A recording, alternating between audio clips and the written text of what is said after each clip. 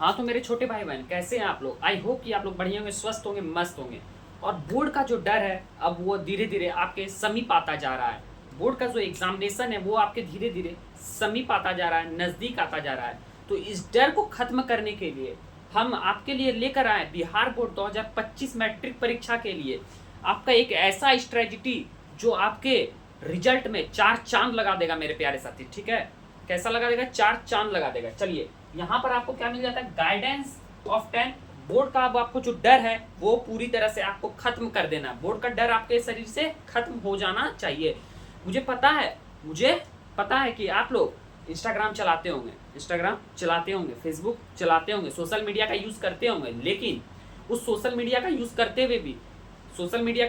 हुए भी कुछ ऐसे ट्रिक्स है और कुछ ऐसे टिप्स हैं जिसको अपना कर आप अपने रिजल्ट में एक अलग प्रकाश डाल सकते हैं, एक अलग बौछार ला सकते हैं, लोगों को यह दिखा सकते हैं कि इसने भी कर दिखाया। तो आज उसी वीडियो के बारे में आज हम लोग बात करने जा रहे हैं। ठीक है, तो बिहार बोर्ड मैट्रिक परीक्षा 2025 के लिए जो है ये महत्वपूर्ण चैप्टर कुछ हम बताने जा रहे हैं, जो कि आप इसे पढ़ लेते हैं तो और आप इसकी तैयारी आपकी पकड़ इस चैप्टर पे अच्छी हो जाती है तो आप एक अच्छे मार्क्स 400 प्लस मार्क्स को गेन कर सकते हैं। लास्ट का 3 महीना ही विद्यार्थी कभी साल भर पढ़े या ना पढ़े, लास्ट का जो 3 महीना पढ़ता है, चाहे टॉपर हो या एवरेज स्टूडेंट हो, वही आगे उसका रिजल्ट अच्छा होता है। ठीक है, इतना बात आपको ध्यान में रखना है।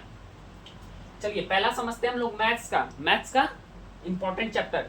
देखिए ट्रिगोनोमेट्री, तो 35 से 40 मार्क्स आपका यहीं से कंफर्म हो जाता है। ट्रिगोनोमेट्री से क्यों हो जाता है? क्योंकि ट्रिगोनोमेट्री जो ऐसा चैप्टर है जहां से 35-40 मार्क्स का प्रत्येक साल तक प्रश्न पूछा जाता है। लेकिन 2024 में क्या हुआ था, उतना नंबर का ये प्रश्न नहीं पूछा गया था, लेकिन इंपॉर्टेंट तो प्रत्येक साल है। 10 साल का आप हिस्ट्री पेपर उल्टाइए, क्वेश्चन बैंक उल्टाइए, पता चल जाएगा आपको कितना इंपॉर्टेंट ये चैप्टर है।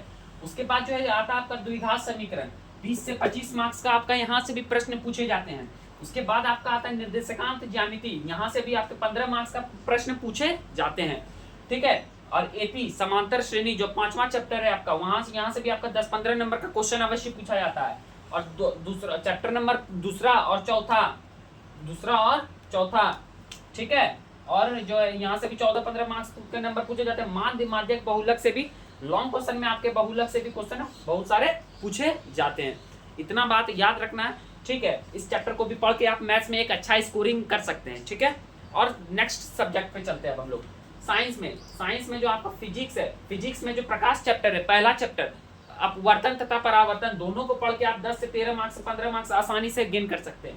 और फिर जो है विद्युत धारा 10 नंबर का, जो है विद्युत धारा कितने नंबर का, यहाँ पर 10 से 12 नंबर का, ये भी आपसे पूछा जाता है। और लॉन्ग क्वेश्चन आंसर की बात करें तो इससे यहाँ पर से ऊर्जा एवं इसके स्रोत से भी खूब प्रश्न बनता है। 2024 में पूछा गया था इसी से डायरेक्ट। ठीक है, इसलिए आपको इन सब पे तो ध्यान देना ही, इन सब पे एक विशेष पकड़ होना चाहिए, इन सब चैप्टर पे आपका एक विशेष पकड़ होना चाहिए। और सबसे जो चैप्टर बचा हुआ है उस पर आपका क्या होना चाहिए?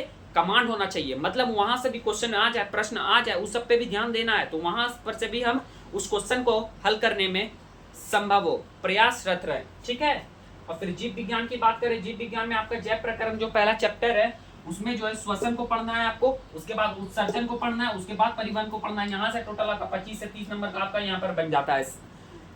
जीव जनन कैसे करते हैं, ये वाला भी इंपॉर्टेंट चैप्टर है। 8 से 10 नंबर यहाँ से भी आपको पूछे जाते हैं।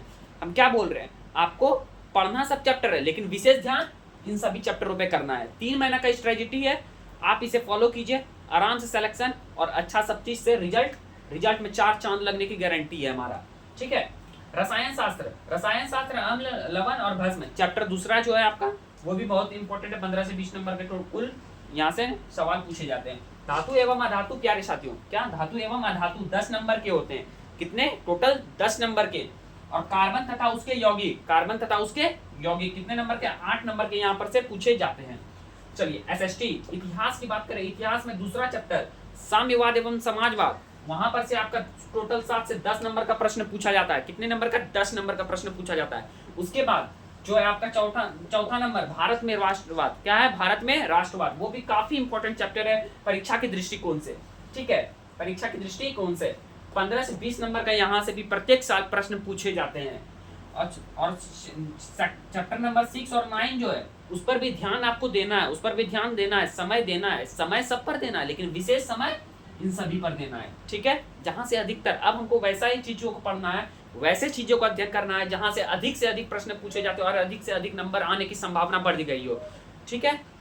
हर एक साल भूगोल में चैप्टर 1 आपको पढ़ लेना, संसाधन पूरा, यहाँ से 20 नंबर का आपका प्रश्न बन जाते हैं। और फिर चैप्टर दूसरा और चौथा जो है यहाँ से भी आपको पढ़ लेना है, 10 नंबर के यहाँ से भी प्रश्न आपके बनते हैं। इकोनॉमिक्स, अर्थशास्त्र से आपको चैप्टर नंबर 2 पढ़ना है और 4 पढ़ना है, और चैप्टर नंबर 2 से टोटल 8 से 10 नंबर के यहाँ से सवाल आ जाएंगे और चैप्टर 4 से आपको यहाँ से 8 से 10 नंबर के सवाल आ जाते हैं।